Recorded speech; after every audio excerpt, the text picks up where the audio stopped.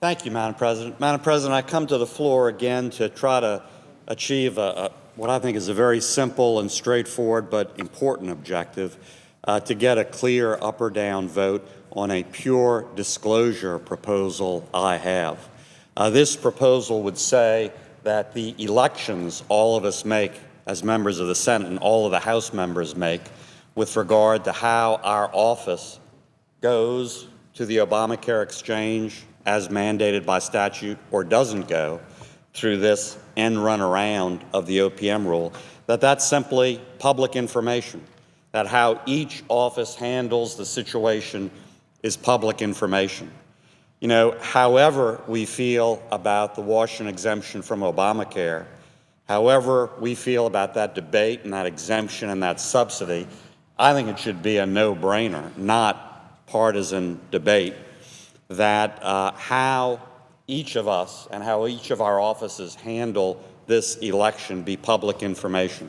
Right now, it is not. A lot of members, including me, have explained what they're doing, but certainly not all have, and that is not public information. And this amendment, which I am proposing, would simply produce full disclosure and have that be public information. I am open to any way to get a clear vote on that this calendar year. And so I am completely flexible about how that happens, this bill before us, and I'd like to certainly expedite consideration and passage of this bill, or an amendment on the defense bill next week. That would be another possibility.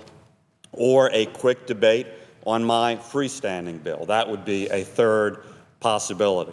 None of those would take significant time in the Senate. In fact, all of those would expedite Senate business, including leading to the passage of the bill now on the Senate floor right now today. So it actually expedite the process and expedite consideration. So with that, Madam President, I ask unanimous consent that my amendment numbered 2024 be called up, that a Democratic side-by-side amendment be in order to be called up, and that those be the only amendments in order, other than those currently pending, that both amendments be subject to a 60-vote affirmative threshold for adoption. I further ask that there be a total of 2 hours of debate equally divided on both amendments, and that upon the use or yielding back of that time, the Senate proceed to a vote on the Democratic amendment, followed by a vote on my amendment. Following the disposition of the amendments, that the bill be read a third time and passed, and the motion to reconsider be considered made and laid upon the table with no intervening action or debate. Is there objection? I'm reserving the right to object. I have made statements over the past many weeks about why I object to this. I object. Objection is heard.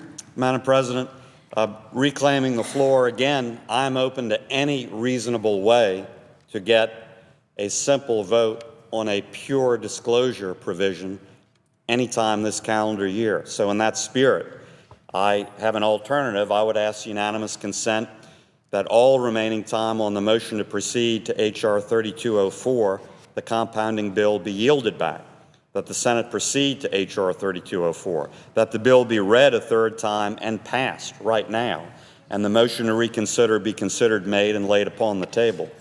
I further ask that the Senate then proceed to the consideration of S. 1197, the Defense Authorization Bill, that my amendment, which is at the desk, be called up, and that a Democratic side-by-side amendment be in order to be called up, that notwithstanding Rule 22, those amendments remain in order, and that both amendments be subject to a 60-vote affirmative threshold for adoption.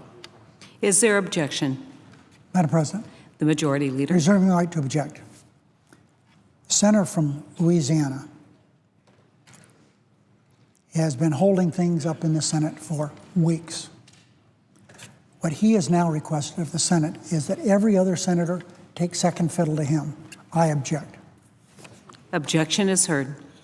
Madam President, again, I'm open to any reasonable path forward that would produce this one simple, straightforward vote on pure disclosure, information that I think should clearly be public information. And so as a third alternative, I ask unanimous consent that the Homeland Security and Government Affairs Committee be discharged from further consideration of S-1629 and the Senate proceed to its immediate consideration.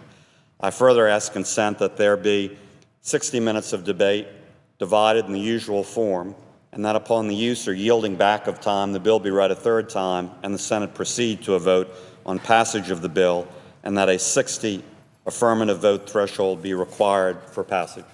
Is there objection? Objection is heard.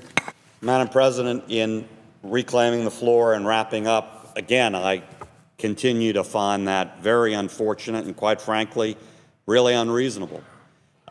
We made, each of us, as members of the Senate, an important election about how to handle this Obamacare exemption issue.